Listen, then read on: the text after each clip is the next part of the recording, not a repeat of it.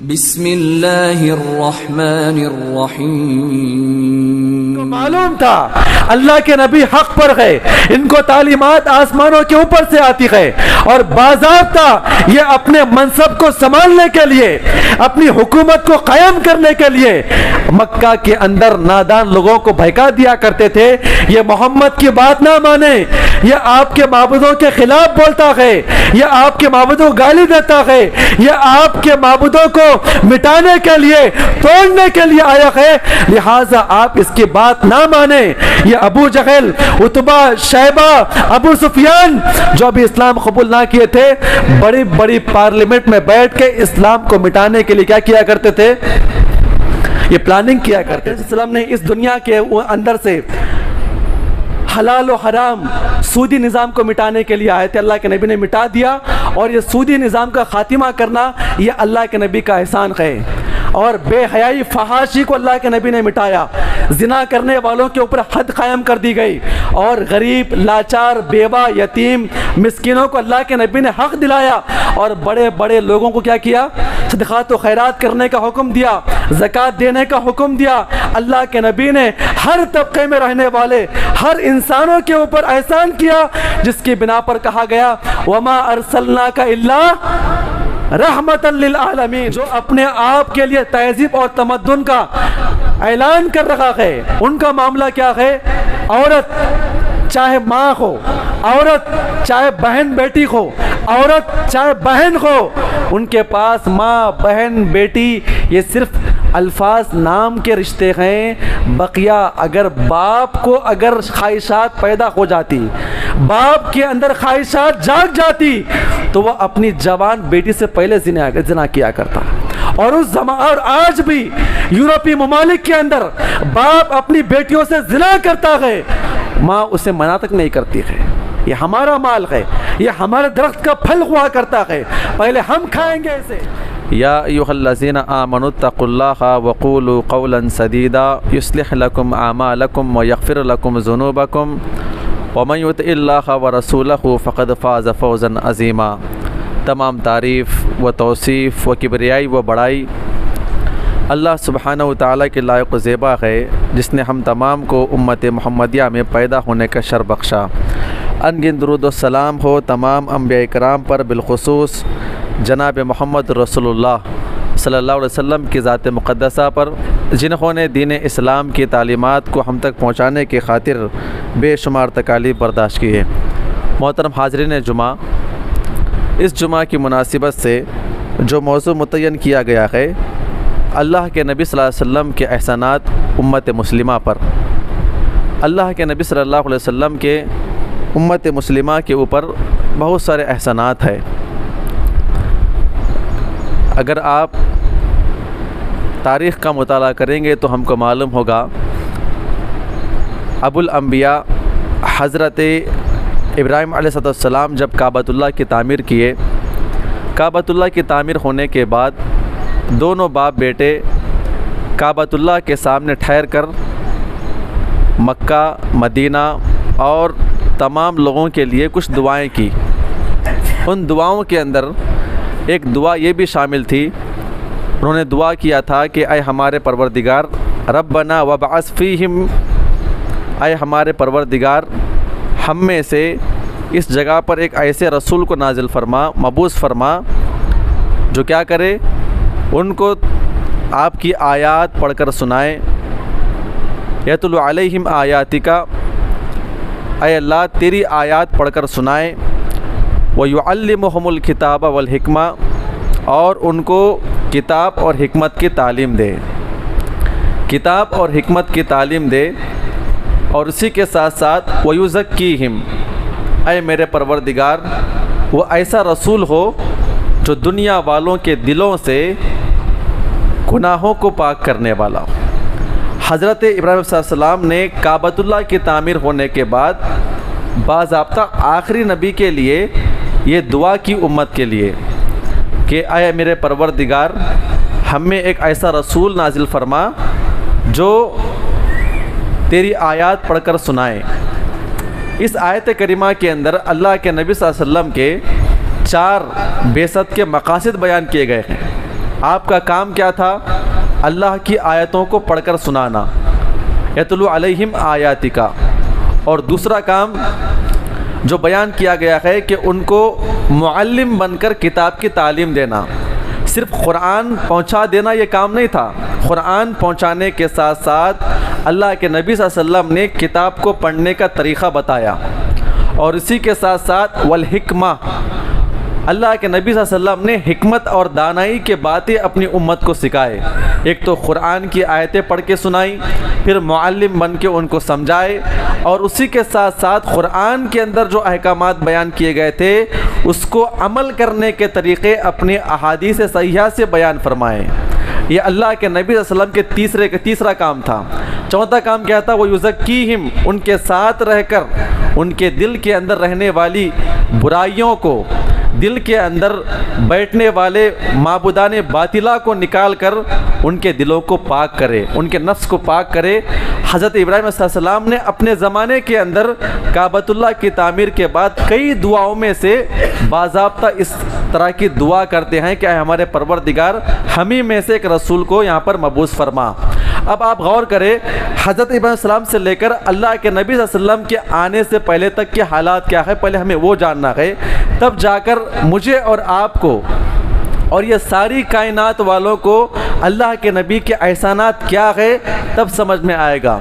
आज हम अल्लाह के नबी सल्लल्लाहु अलैहि वसल्लम के उम्मती हैं, अपने आप को हम मुसलमान कहते हैं। अल्लाह के नबी सल्लल्लाहु अलैहि वसल्लम के एहसानात हमारे ऊपर क्या है, कितने बड़े एहसानात हैं। मुसलमान ही नहीं, गैर मुस्लिम और इसके अलावा जितने भी दुनिया के अंदर रहने वाले इंसान हैं उनके ऊपर क्या क्या एहसानात है। आए दिन नए नए फितने हमारे सामने आ रहे हैं। कोई ना कोई अल्लाह के नबी सल्लल्लाहु अलैहि वसल्लम के बारे में गुस्ताखी कर देता है या कर देती है, जो मुंह को आया बक दिया। वजह क्या है? आज तक हमने अल्लाह के नबी के जो एहसानात इस उम्मत के ऊपर रहे हैं हमने लोगों के सामने पेश नहीं किया। हमने अपने नबी को ख़ास कर लिया है। ये हमारे नबी है, ये मुसलमान के नबी है, ये कुरान मुसलमानों की किताब है, ये इस्लाम मुसलमानों का दीन है। हमने इसको क्या कर दिया है? ऐद कर दिया है। ये मस्जिद मुसलमानों की इबादत करने की जगह है, जिसकी बिना पर हमारा इस्लाम पूरी दुनिया के लोगों तक पहुंच तो गया है, जो शर पसंद लोग हैं हम उन तक नहीं पहुंचा सके हैं। अल्लाह के नबी सल्लल्लाहु अलैहि वसल्लम जब मक्का के अंदर मबूस किए गए, आपको नबी बनाया गया, उससे पहले के हालात क्या थे तारीख़ निगार नकल करते हैं। हज़रत इब्राहीम अलैहिस्सलाम के दुआ करने के बाद से लेकर और ख़ुद अल्लाह के नबी सल्लल्लाहु अलैहि वसल्लम के आने से चंद सालों के हालात अगर देखेंगे तो उस वक्त यहूद, नसारा, ज़रतशी, मजूसी जो आँख की पूजा करने वाले हैं, ये अपने आप को दीन कहने वाले थे, बुद्धिस्ट और ये ख़ुद सनातन धर्म, ये तमाम के तमाम लोग अपने अपने एतबार से थे, अपनी अपनी जगह पर थे। इन्होंने उम्मत को क्या दिया है? उम्मत को क्या दिया है? ये तमाम के तमाम अदियान जो है अपने अपने एतबार से अपने अपने उलमा, पोप, पादरी, पुजारी, इनकी तमाम बातों में पढ़कर मनमानियाँ किया करते थे। किसी पोप पादरी के सामने मामला लाया गया, मालदार आदमी था, किसी मजलूम के ऊपर जुल्म किया, पैसे थमा दिए गए, उनके मज़हब के रहनुमा ने उनके हक़ में फ़ैसला कर दिया, जिसकी बिना पर वहाँ पर फहाशी आम हुआ करती थी, जिनाकारी आम थी, हर एतबार से गुनाह का बोलबाला था। अल्लाह के नबी सल्लल्लाहु अलैहि वसल्लम के आने से पहले अगर आप अरब के हालात अगर हम पढ़ेंगे तो हमको मालूम होगा फितना, फसाद, जुर्म, झूठ बोलना, जिना करना वहाँ पर तो आम था। औरतों की तो कोई इज्जत ही वहाँ पर बाकी नहीं थी। कोई चला गया, किसी औरत को पकड़ लिया और पकड़कर बेच दिया, और किसी ने ख़रीद लिया और लाकर उसे जिना पे लगा दिया। इस तरह के हालात अरब के अंदर थे। बच्चियों को ज़िंदा दरगोर करना, शराब पीना वहाँ पर आम था, और बदफाली लेना, बुतों की परस्तिश करना, मनमानी इबादत करना, और हर कबीले का वहाँ पर अलग अलग बुत हुआ करता था, जिसकी बिना पर काबतुल्लाह के अंदर 360 माबूद थे। जितने बड़े बड़े कबीले थे, जितने बड़े बड़े ख़ानदान वाले थे, उनके ख़ानदानों के बुत वहाँ पर नस्ब किए गए थे। हम अपने माबूद की पूजा करेंगे, आप अपने माबूद की पूजा करें। किसी ने अपने माबूद को ला के रखा तो वो ख़ानदान वाला अपने माबूद को ला के खड़ा कर दिया करता था। इस तरह के हालात वहाँ पर बिगड़ रहे थे। अगर देखा जाए तो यहूदियों के हाथ में, आप तारीख़ का गहराई से मुताला करेंगे तो आपको मालूम होगा अल्लाह के नबी सल्लल्लाहु अलैहि वसल्लम के आने की ज़रूरत क्यों पड़ी। इब्राहीम अलैहिस्सलाम अपने ज़माने में दुआ करते हैं कि हमारे परवरदिगार वो आखिरी नबी आए जिसके 4 काम हुआ करते हैं। वो अल्लाह तेरी आयतों की तिलावत करने वाला, दूसरा मुअल्लिम बना के भेजा जाने वाला, और आलिम बन के, मुअल्लिम उस्ताद बनकर अपने सहाबा इकराम को कुरान की तिलावत सिखाने वाला, और इसी के साथ साथ हिकमत और दानाई अपने तरीक़े से बताने वाला, अहकामात को बताने वाला, कुरान के अंदर जो हुक्म दिया गया है उसके मुताबिक अमल करके दिखलाने वाला, और इनके दिलों से बुतों की गंदगियों को पाक करने वाला। उन्होंने अपने ज़माने में दुआ किया था, लेकिन अरब के हालात हमें बताते हैं कि यहूदियों के हाथ में निज़ाम था, पैसों का निज़ाम था, कारोबारी निज़ाम था। ये लोग बाज़ाब्ता अरब वालों को कर्जा दिया करते थे। इनका पेशा ये था कि ये लोग औजार को बनाया करते थे, तलवार, तीर, कमान, भाले, ये इसको बनाया करते थे। ये कब काम में आते थे, कब काम में आएंगे ये? तो अरब के यहूदियों का बाज़ाब्ता ख़ास सा मामला ये था कि ये अरब वालों को आपस में लड़ाया करते थे, फितना डाल दिया करते थे, कभी ख़ानदान के नाम पर, कभी बुतों के नाम पर, कभी बरादरी के नाम पर, कभी इज्जत के ख़िलाफ़ कोई ना कोई मामला ला के खड़ा कर देते। लोग इनके पास आते, हथियार ख़रीदते और आपस में लड़ा करते थे। यहूदियों के हाथ में बाज़ाब्ता ये पैसों का निज़ाम, कारोबारी निज़ाम इनके हाथ में था। और ये लोग और क्या करते, अरब के लोगों को कर्ज दिया करते थे। मैं ये हालात क्यों बता रहा हूँ, थोड़ा आप गौर करें। अल्लाह के नबी क्यों आए, उनके एहसानात इस उम्मत के ऊपर क्या है। जब तक आप तारीख़ नहीं पढ़ेंगे हम अल्लाह के नबी के एहसानात को सही तरीक़े से मालूम नहीं कर पाएंगे। और ज़माने जाहिलियत से बदतर हालात आज हिंदुस्तान के अंदर है।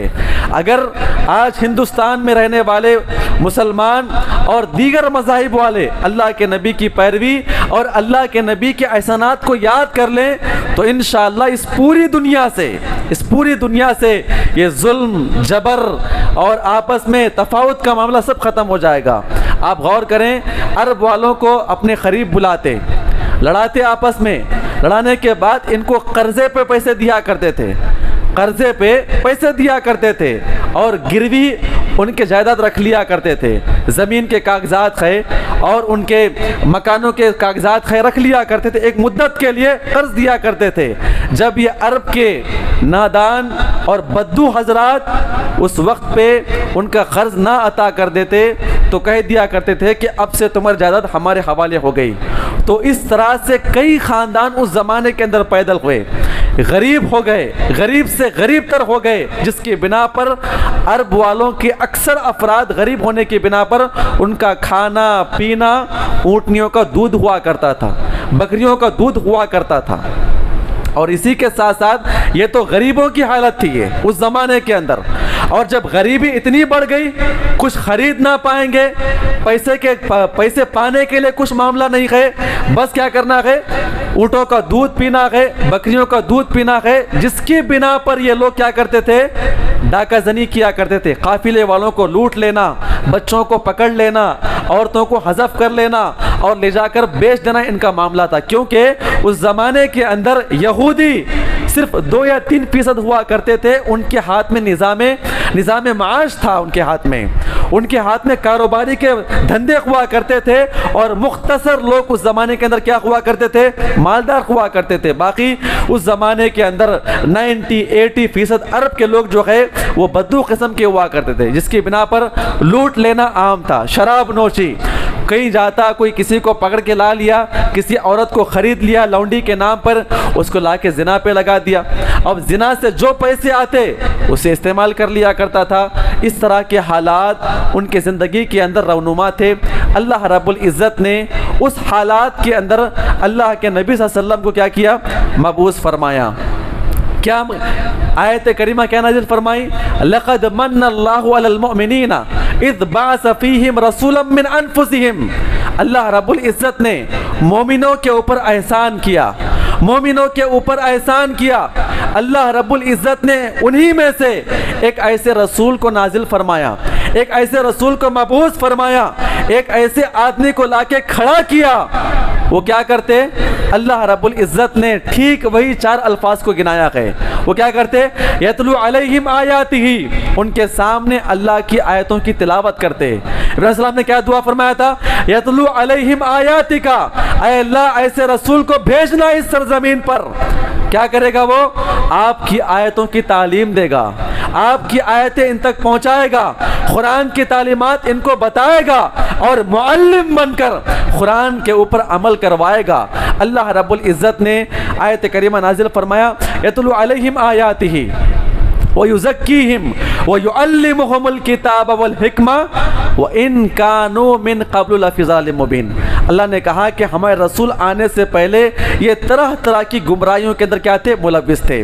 अल्लाह रब्बुल इज़्ज़त ने इस आयत करीमा के अंदर भी लफ्ज़ गुमराही कहकर इस बात की वजाहत फरमाई है कि अल्लाह के नबी आने से पहले इस दुनिया के अंदर बुत परस्ती बिल्कुल आम थी और शराब नोशी, जिना करना, लड़ाई करना, ख़ानदान के नाम पे लड़ना, कुंबे कबीले के नाम पे इख्तिलाफात करना, ये इस ज़माने की ये बाज़ाब्ता ये आम चीज़ हुआ करती थी।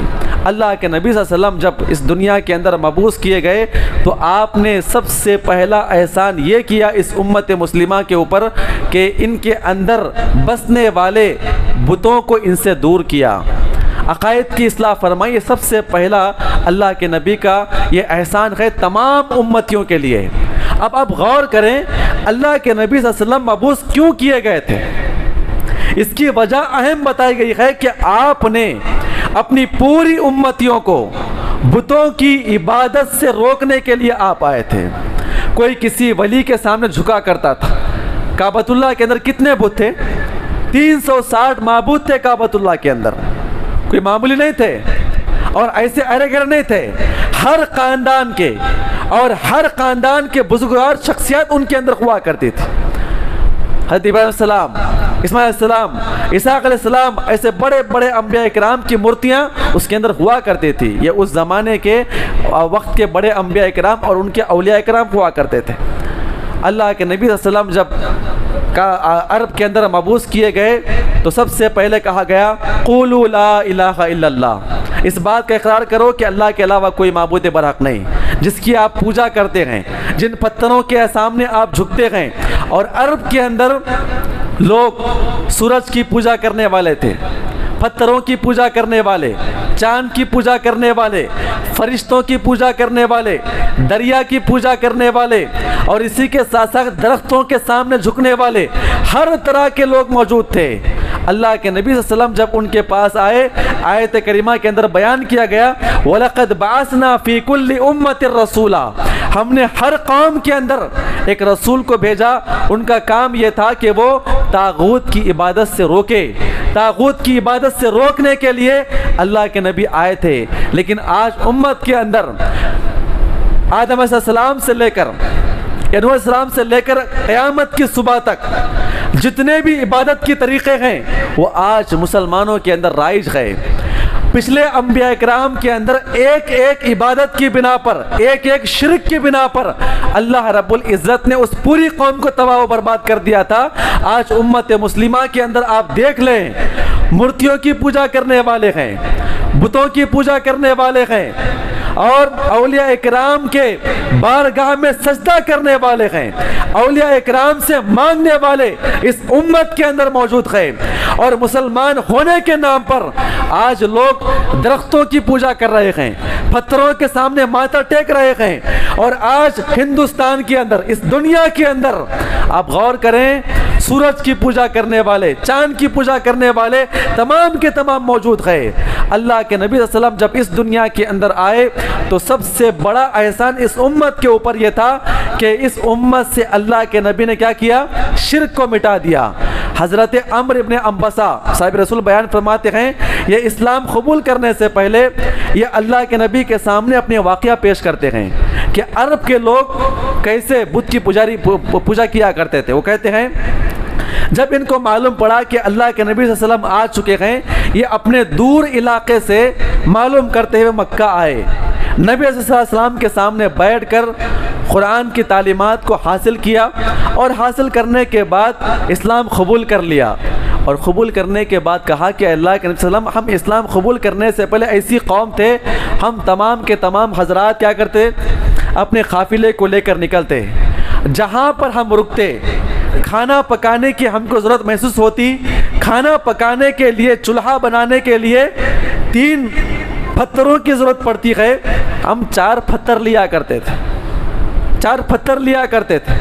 4 पत्थरों को लेकर 3 पत्थर हांडी के नीचे लगा देते और 1 पत्थर को हांडी के बाजू रखकर उसके सामने सजदा किया करते थे, ये हमारा माबूद बना लिया करते थे। जब हम वहाँ से निकल जाते, अपने काफिले में निकल जाते और गुजरते हुए हमें मालूम होता जो पत्थर हमारे पास है, जिसको हम अपना माबूद कहते हैं, उससे बेहतर पत्थर नजर आता, उसे वहीं पे फेंक देते थे, फिर उस पत्थर को लेकर अपना माबूद बना लिया करते थे। आए अल्लाह के नबी, हमारे ये हालात थे।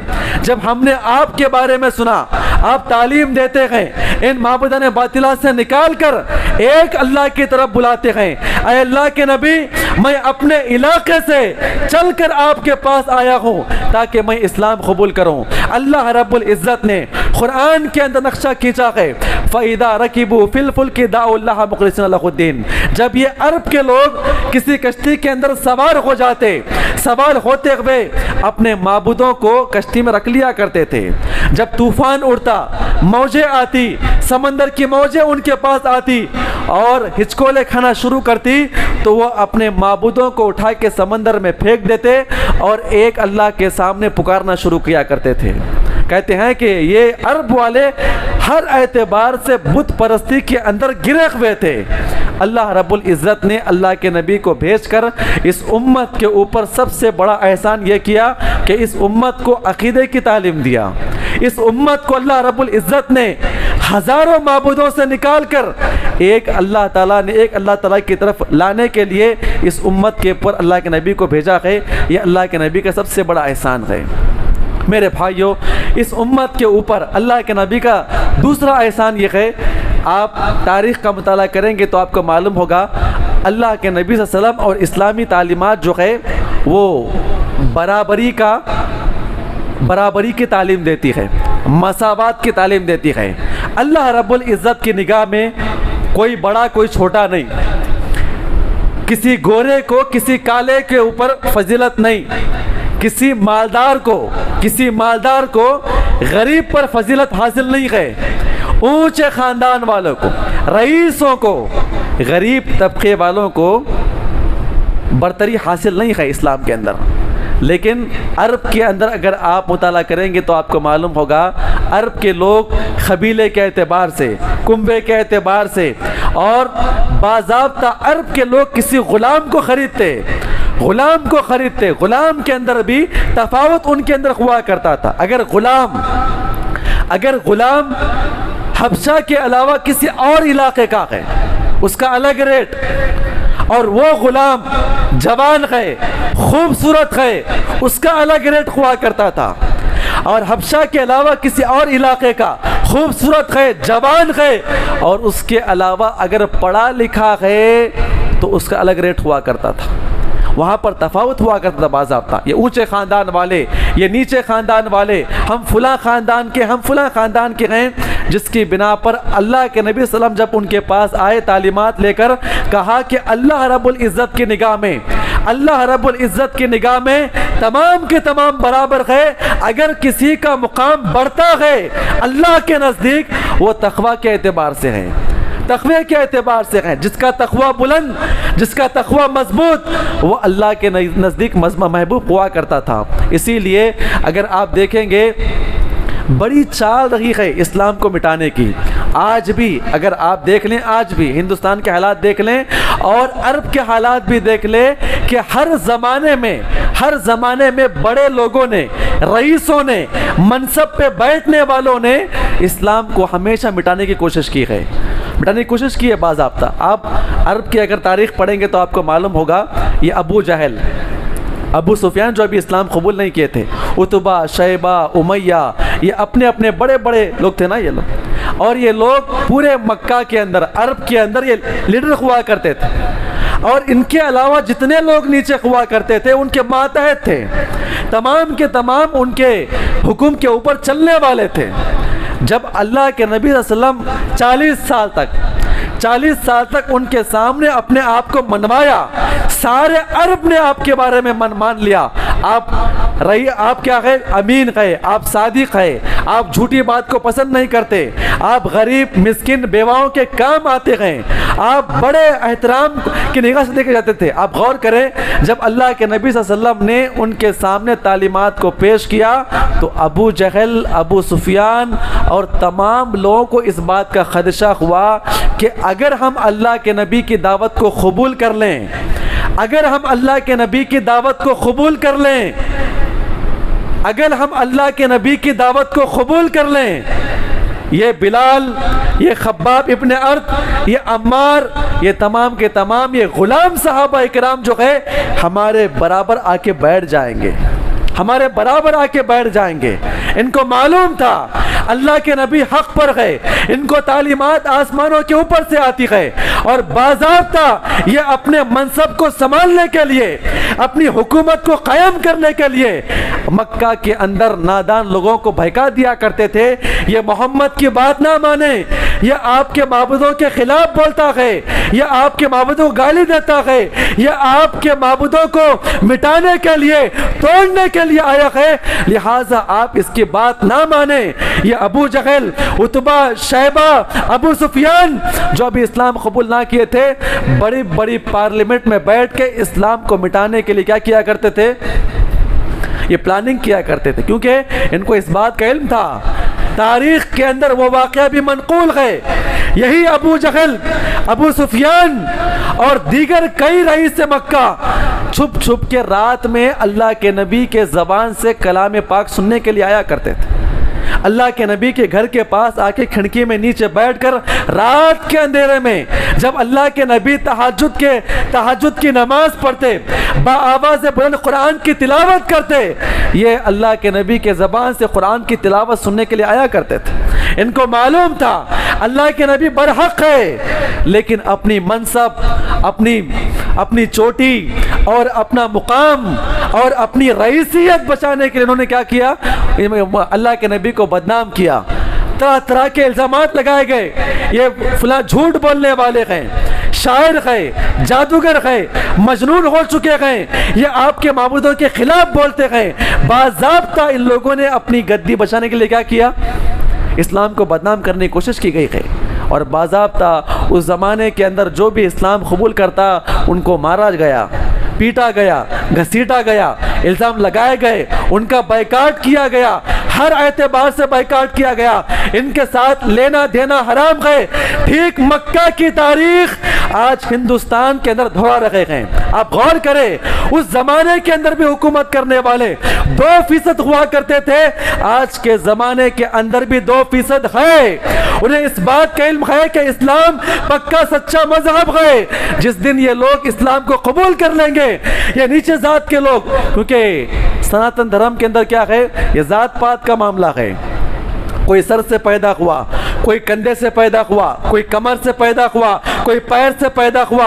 जो सर से पैदा हुआ है उसके पास हुकूमत रहेगी, जो पैरों से पैदा किया गया है उसकी जिंदगी हमेशा गुलामी करना है, और जो हाथ से पैदा कर दिया गया है उसका काम यह है कि जो बड़े ऊपर मनसब वाले हैं उनकी चाकरी करे, उनकी हिफाजत करे, उनकी गाइड करे। यह इनका मामला हुआ करता है। इसीलिए आज जगह जगह पर मुसलमानों के दुकानों से ना खरीदा जाए।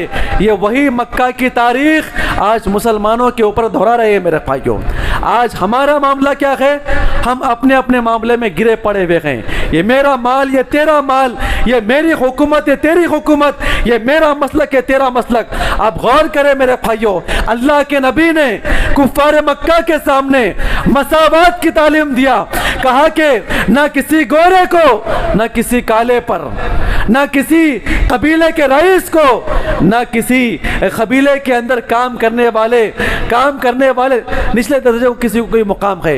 अल्लाह के नबी ने यह तालीमात दी है। उस ज़माने के लोगों ने बाज़ाब्ता इस तालीमात को भनप कर क्या किया, लोगों ने इस्लाम को बदनाम करने की कोशिश की गई। इसीलिए अल्लाह के नबी सल्लल्लाहु अलैहि वसल्लम ने बाज़ाब्ता ये तालीम पेश किया है, इस उम्मत के ऊपर क्या किया है, रहम व करम का मामला किया है। आज हमें ज़रूरत है कि हम अल्लाह के नबी की इस तालीम को ये तमाम गैर मुस्लिमों के अंदर पेश करें, निचले दर्जे के अंदर रहने वाले लोगों के अंदर ये पेश करें। इस्लाम चाहता क्या है, इस्लाम चाहता क्या है, आप गौर करें।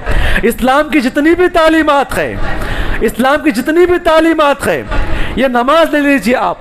अगर कोई नमाज पढ़ने के लिए आता है, वक्त का बड़ा वकील हो, वक्त का आलिम दीन हो, वक्त का मालदार हो, वक्त के किसी बड़े पोस्ट पे क्यों ना हो, जब वो नमाज पढ़ने के लिए आएगा, नमाज पढ़ने के लिए आएगा, पहले सफ में खड़े हो जाएगा, तो उसके सामने बड़ी जागीर वाला, बड़े खानदान वाला, बड़े मनसब वाला, बड़े इल्म वाला होगा, तो उसके साथ साथ मोहरियों को साफ करने वाला, बाथरूम को साफ करने वाला एक भंगी किस्म का भी होगा, तो उसके सामने कंधे से कंधा मिलाकर खड़ा होगा। ये इस्लाम की तालीम है।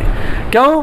अल्लाह रब्बुल इज़्ज़त की निगाह में इंसान होने की वजह से सबका मुकाम, लेकिन तफावत इल्म के एतबार से और तक़वे के एतबार से है। इसलिए दुनिया के अंदर हर मुकाम पर हर एक के अलग अलग मुकाम है। जज हो तो उसका अलग मुकाम, वकील हो तो उसका अलग मुकाम, सुनवाई करने वालों का अलग मुकाम हुआ करता है। लेकिन इस्लाम की तालीमात जो है वो क्या है, सब बराबर है। कंधे से कंधा मिला के खड़ना होगा आपको, क्योंकि हर ज़माने के बड़े लोगों के लिए ये चीज़ बर्दाश्त ना थी, जिसकी बिना पर इस्लाम को हर ज़माने के अंदर क्या किया गया, दबाया गया। हज की तालीम ले लीजिए आप। हज करने के लिए ईरान, तुरान, हिंदुस्तान, पाकिस्तान, बांग्लादेश, कहाँ कहाँ से लोग नहीं जाते हैं। वो लोग भी जाते हैं जो महीने के अंदर कई लाख कमाने वाले, और वो लोग भी जाते हैं पूरी जिंदगी के अंदर पैसों को बचा बचा कर रखने वाले जाते हैं। तो वहाँ पर ना अमीर ना गरीब, ना फ़कीर ना शहंशाह, तमाम के कपड़े उतारना होगा और सबको एक और एक लिबास और एक अहराम के अंदर क्या करना होगा, इबादत करना होगा। इस्लाम ने निज़ाम तालीम क्या बयान फरमाया है, मसावात का हुक्म दिया है। इसीलिए हर ज़माने के अंदर गद्दी पे रहने वाले, हर ज़माने के अंदर हुकूमत करने वालों ने क्या किया है, इस्लाम को दबाने की कोशिश की है।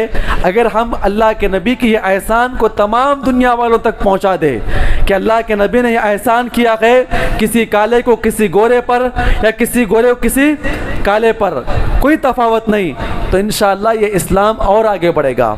ये जिम्मेदारी किसके ऊपर है, ये मेरे और आपके ऊपर है। मेरे भाइयों, हम इस्लामी तालीमात को लोगों तक पहुँचाए, ये बताए ये अल्लाह के नबी के एहसानात हैं। इंशाअल्लाह इनकी ज़बानों से अल्लाह के नबी के शान में कभी गुस्ताखी नहीं निकलेगी, क्योंकि हमने बताया नहीं इनके सामने कभी अल्लाह के नबी का क्या मुकाम है।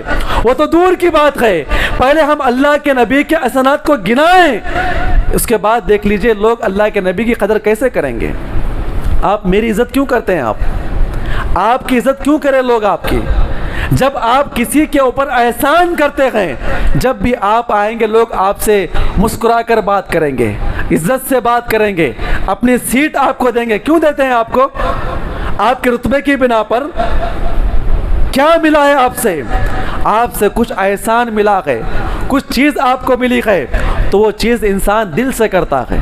अल्लाह के नबी की इज़्ज़त दिल से करने का हमें हुक्म दिया गया है, तलवार के ज़ोर पे नहीं, ना किसी को करवाना है। इसलिए कि अल्लाह ताला ने हर एक को क्या कर दिया है, इस्लाम में दाखिल होने के लिए आज़ादी अता फरमाई है। लेकिन हम इस्लाम अल्लाह के नबी के एहसानात को अगर पेश करेंगे उम्मत के सामने, तो इनको मालूम होगा कि अल्लाह के नबी का क्या मुकाम है। दोबारा इनकी ज़बानों से अल्लाह के नबी के शान में कभी गुस्ताख नहीं होंगे। मेरे भाई, हमारा काम यह है कि हम अल्लाह के नबी सल्लल्लाहु अलैहि वसल्लम के एहसानात को लोगों के सामने पेश करें। तीसरा एहसान क्या है अल्लाह के नबी सल्लल्लाहु अलैहि वसल्लम का इस उम्मत के ऊपर। अभी कुछ दिनों पहले या कुछ महीनों पहले एक औरत ने अल्लाह के नबी सल्लल्लाहु अलैहि वसल्लम के ख़िलाफ़ बदतमीज़ी की और बुरे अलक़ाब से आपको नवाजा, आपकी शान में गुस्ताखी की थी। कभी ये औरत अपने आप को इस्लाम के दायरे में रखकर देख ले इस्लाम ने औरतों को क्या दिया, क्या दिया इस्लाम ने औरतों को।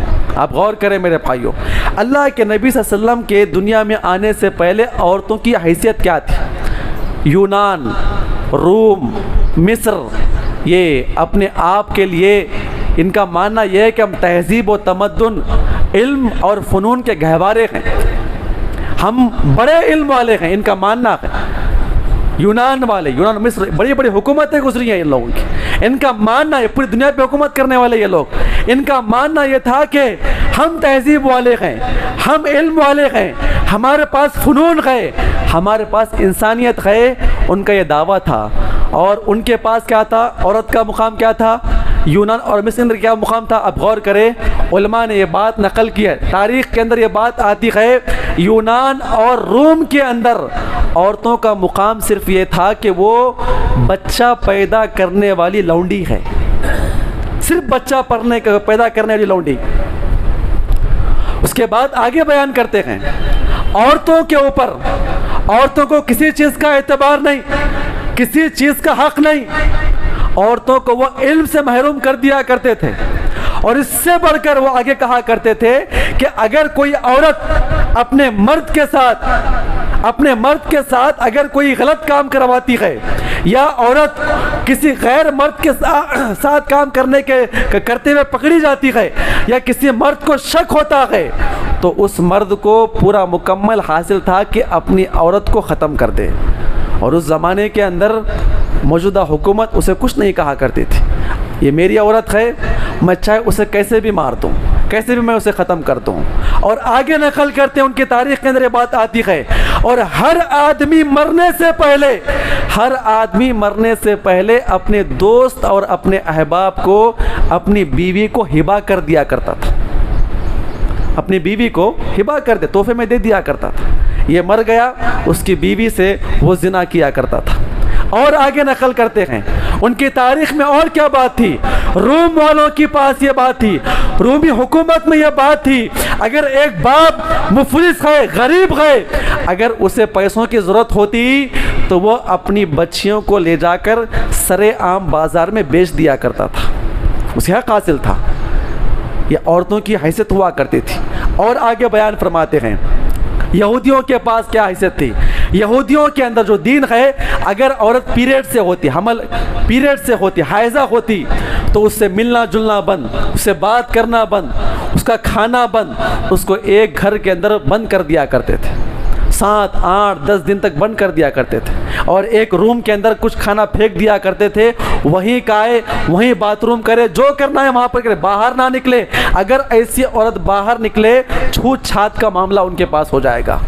ईसाइयों के पास क्या था, क्या दिया ईसाइयों ने। आप गौर करें, हिंदुस्तान के अंदर इतने सारे मज़ाहिब गए, औरतों को क्या दिया, और अल्लाह के नबी ने औरतों को क्या दिया।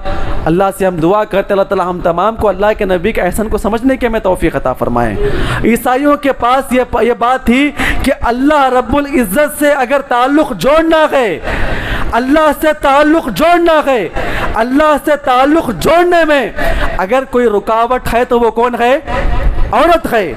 इसीलिए पोप पादरी जो है वो शादी नहीं किया करते हैं, उनकी नन जो होती है शादी नहीं करती है, क्योंकि शादी करना उनके लिए क्या है, अल्लाह से जो संबंध जो बांधते हैं, अल्लाह से जो लौ लगाते हैं, उसमें क्या हो जाती है, वो कमी हो जाती है, जिसकी बिना पर औरत को नहुस से ताबिर किया करते थे। और आज यूरोप के अंदर क्या हालात है औरतों के, औरतों का क्या मुकाम है।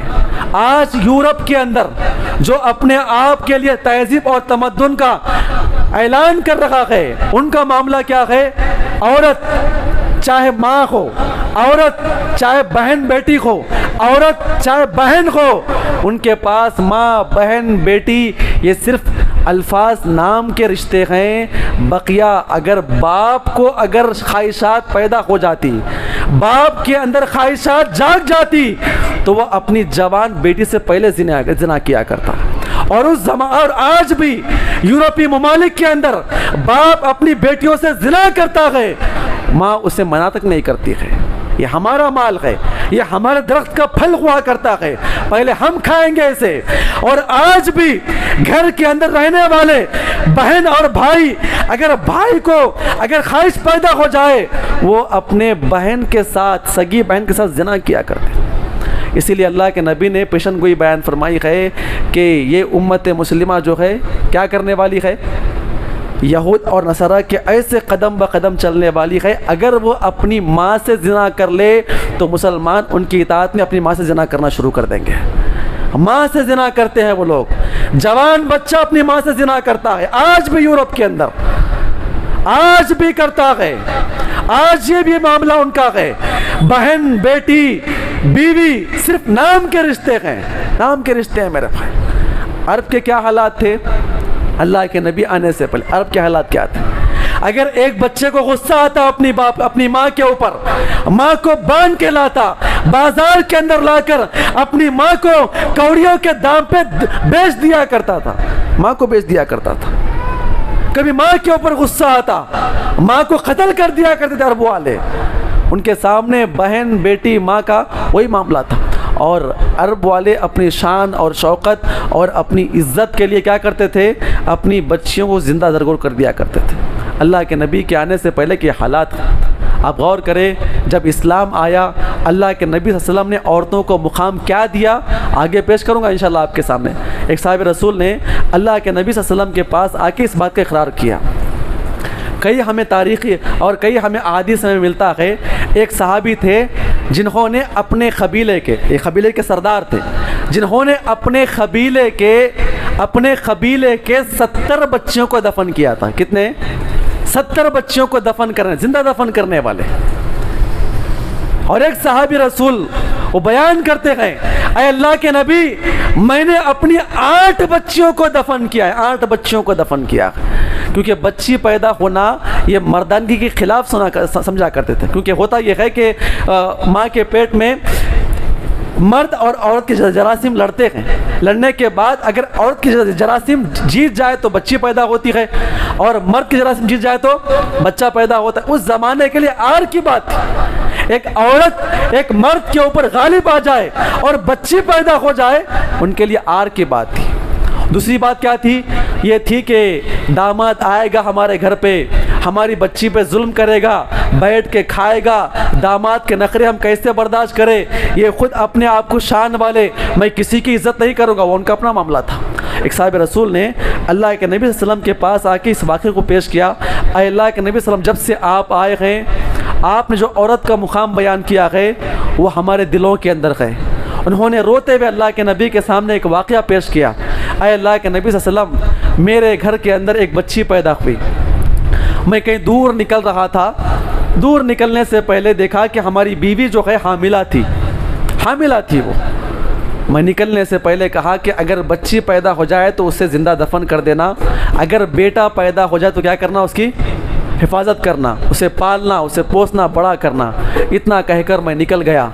क्या देखता हूँ कि वापस पलटते पड़ते आते आते कई साल लग गए। जब मैं अपने घर के पास आया, घर के पास आने के बाद दरवाज़ा खटखटाया तो मैंने देखा कि एक बच्ची दरवाज़ा खोल के मेरे पास आती है। मैंने कहा कि तू कौन है? उस बच्ची ने कहा कि आप कौन है? उस साहब रसूल कहते हैं कि मैंने कहा, अल्लाह के नबी, बच्चा तू कौन बच्ची है, तू कहाँ है, तू यहाँ पर क्या कर रही है? उसने कहा कि मैं इस घर के मालिक की बेटी हूँ, इस घर के मालिक की बेटी हूँ। वो साहिब रसूल कहते हैं कि मैं इस घर का मालिक हूँ।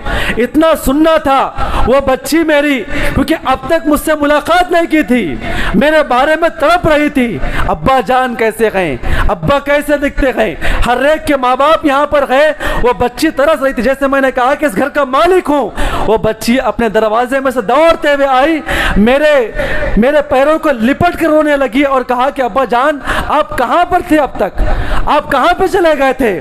उसके बाद मैंने बच्ची को उठाया, बीवी के पास आया और आकर कहा ये बच्ची किसकी है? कहा कि ये आपकी बेटी है, ये आपकी बेटी है, ये आपका हुक्म था, लेकिन बर्दाश्त ना हुआ इसलिए मैंने ऐसा कोई काम ना किया। वो साहिब रसूल कहते हैं, अल्लाह के नबी, मैं इतना सख्त दिल इंसान था, मेरे अंदर जुनून सवार था। मैंने कई दिन उसके साथ बिताया, बीवी को अपनी मोहब्बत में लिया और बच्ची से मोहब्बत करना शुरू किया, ढोंग रचाया ताकि मेरी बीवी जो है मेरे बारे में मामून हो जाए कि मैं इससे बड़ी मोहब्बत कर रहा हूँ। मैंने अपने प्लानिंग के मुताबिक फलां जंगल में जाना है, उसे वहाँ पे दफन करना है, ये पूरी प्लानिंग करके अपनी बीवी से कहा कि इसे तैयार करके मेरे पास लाए, मैं इसे घुमाने के लिए जाता हूँ। अब गौर करें, बच्चियाँ बड़ी मोहब्बत करने वाली होती हैं। अल्लाह के नबी सल्लल्लाहु अलैहि वसल्लम को अल्लाह ने 4 बच्चियाँ अता फरमाई। कितनी बच्चियाँ अता फरमाई? 4 बच्चियाँ अता फरमाई। आपने जो बच्चियों से मोहब्बत करके दिखाई है, पूरी तारीख के अंदर बच्चियों को मुकाम आज तक वो कुछ उसने किसी ने नहीं दिया है। आप गौर करें, मैंने अपनी बच्ची को अपने गोद में लिया, मेरे कंधे पे पकड़ी हुई थी और बड़ी मोहब्बत से बातें कर रही थी। कभी कहती है अब्बू जान हम कहाँ जाएंगे, मैं कहता हूँ कि खेलने के लिए जाएंगे। मैंने जंगल की तरफ निकल पड़ा, बड़ी मोहब्बत से बात करती, कभी हंस के बात करती, कभी नखरों से बात करती, कभी चलते हुए पीछे आती, कभी सामने जाती, कभी उधर आती, कभी इधर आती, बार बार सवाल करती और नखरे करते हुए सवाल करती। अरे अल्लाह के नबी, उसका सवाल करना, उसकी मोहब्बत, उसके बात करने का अंदाज इतना प्यारा था। अरे अल्लाह के नबी, कभी कभी आज याद आ जाता है तो मेरे आंखों से आंसू निकल जाते हैं। लेकिन अल्लाह के नबी, अरब का ज़माना, हम दरिंदे बने हुए थे। उस बच्ची को देख रहा था, आगे चल रहा था। मैं अपने मुकाम के मुताबिक जंगल में आया, कुदाल लिया और खोदना शुरू किया।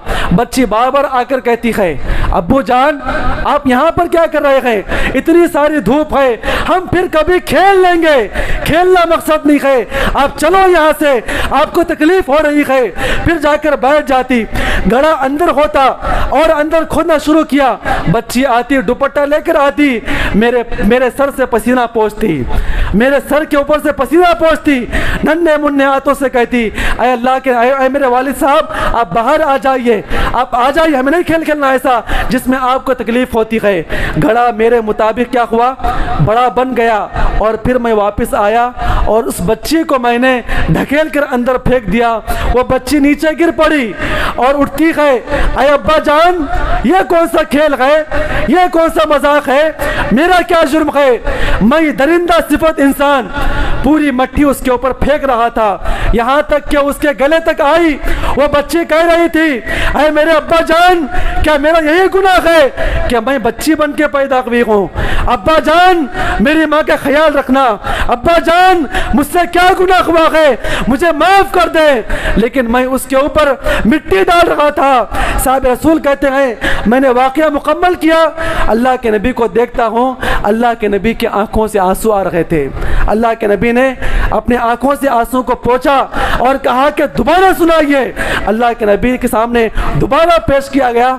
अल्लाह के नबी ज़रो कतार रोने लगे और आपके दाढ़ी से आंसू आने लगे। आप गौर करें मेरे भाइयों, अल्लाह के नबी अपने बच्चों से कैसी मोहब्बत किया करते थे।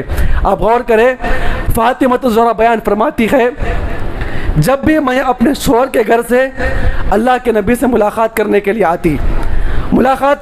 आती, घर के अंदर अब्बा जान होते, अल्लाह के नबी मुझे देखते तो दौड़ कर मेरे पास आते, मेरे माथे को चूमते और बताते अरे मेरी बेटी अंदर आ जा, मेरे बच्चों को गोद में लेते और बड़ी मोहब्बत से बात किया करते थे। अब गौर करें मेरे भाइयों, अल्लाह रब्बुल इज़्ज़त ने बेटी का बड़ा मुकाम दिया है।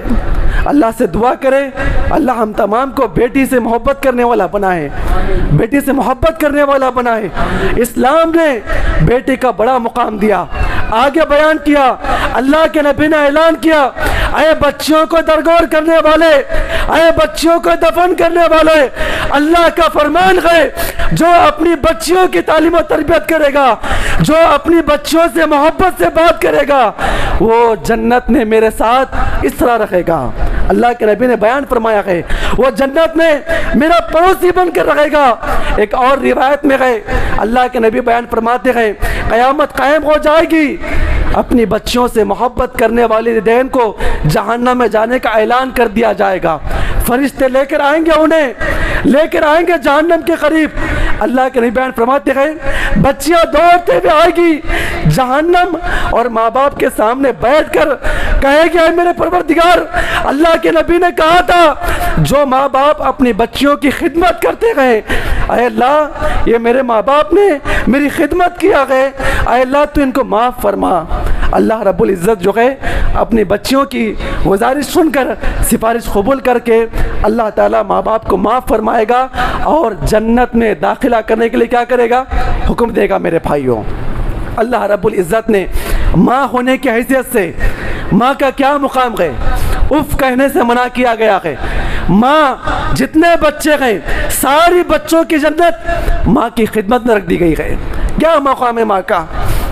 गाली गलौज करना हमारा काम, झड़कना हमारा काम, शादी हो जाने के बाद माँ को लात निकालना हमारा काम, माँ की तरफ देखना हम गौर नहीं करते। मेरे भाइयों, आप गौर करें, एक बच्चे को अगर मुकाम दिया गया, बाप की हैसियत से दिया गया, लेकिन तब भी माँ के मुकाबले में बच्चे को 3 गुना कम मुकाम दिया गया है। सिर्फ बच्चे को बाप का मुकाम दिया गया और बाप के मुकाबले में माँ का मुकाम 3 गुना बढ़ा दिया गया है। और यही माँ अगर किसी की बहन गए तो अपने भाइयों के लिए जन्नत, और यही माँ यही औरत अगर खाला गए फूफी गए अपने भतीजों के लिए जन्नत, और यही अगर औरत किसी की बीवी गए अपने शोहर के लिए सबसे बेहतरीन मता बयान किया गया है। तो अल्लाह के नबी सल्लल्लाहु अलैहि वसल्लम ने बाज़ाब्ता औरतों को मुकाम दिया। ये औरत, ये आज की औरतें, ये हिंदुस्तान में रहने वाली तागूत की पूजा करने वाली, ये औरतों को बता दो अल्लाह के नबी ने आज क्या मुकाम दिया है। पूरे हिंदुस्तान के अंदर आज हर धर्म वाला अपनी बच्चियों से जो मोहब्बत कर रहा है, अपनी बच्चियों की जो इज्जत कर रहा है, आज हिंदू धर्म वाले अपनी बच्चों को लक्ष्मी कहते हैं, ये इनकी तालीम नहीं बल्कि मेरे और आपके नबी की तालीम है। मेरे और आपके नबी की तालीम है। अल्लाह के नबी ने, ये मुसलमानों ने तरीक़ा सिखाया है कि अपने बच्चों से कैसी मोहब्बत किया जाए, अपनी बच्चियों से कैसी मोहब्बत किया जाए। आज किसी औरत को मुकाम मिल रहा है माँ होने की हैसियत से, वो नबी की तालीम है। बच्ची होने की हैसियत से अगर कोई बाप उसकी खिदमत कर रहा है, वो अल्लाह के नबी का एहसान है। हम अल्लाह के नबी के एहसान को माने मेरे भाइयों, तस्लीम करें, अपनी बच्चियों की खिदमत करें, तालीम और तरबियत का ऐलान करें। ऐसे अल्लाह के नबी ने कई मुकामात बयान फरमाए हैं। ये तीसरा एहसान था अल्लाह के नबी का। इसके साथ कई मुकामात और कई एहसानात बयान फरमाए गए हैं। अल्लाह के नबी सल्लल्लाहु अलैहि वसल्लम ने इस दुनिया के अंदर से हलाल और हराम सूदी निज़ाम को मिटाने के लिए आए थे। अल्लाह के नबी ने मिटा दिया, और ये सूदी निज़ाम का खात्मा करना ये अल्लाह के नबी का एहसान है। और बेहयाई फहाशी को अल्लाह के नबी ने मिटाया। जिना करने वालों के ऊपर हद कायम कर दी गई, और गरीब, लाचार, बेवा, यतीम, मिस्किनों को अल्लाह के नबी ने हक दिलाया, और बड़े बड़े लोगों को क्या किया, सदक़ात व खैरात करने का हुक्म दिया, ज़कात देने का हुक्म दिया। अल्लाह के नबी ने हर तबके में रहने वाले हर इंसानों के ऊपर एहसान किया, जिसकी बिना पर कहा गया वमा अरसलनाका इल्ला रहमतन लिल आलमीन। हमने जो नबी भेजा है वो सिर्फ इंसान नहीं, इस दुनिया के अंदर रहने वाले चरिंद परिंद जानवर, जितने भी कायनात के अंदर लोग मखलूक़ात है, उनके ऊपर हमारे नबी का एहसान है। हम अपने नबी के एहसान को कबूल करें। अल्लाह से दुआ है अल्लाह ताला हम तमाम को उसने अमल की तौफीक अता फरमाए। आमीन। अस्सलाम वालेकुम।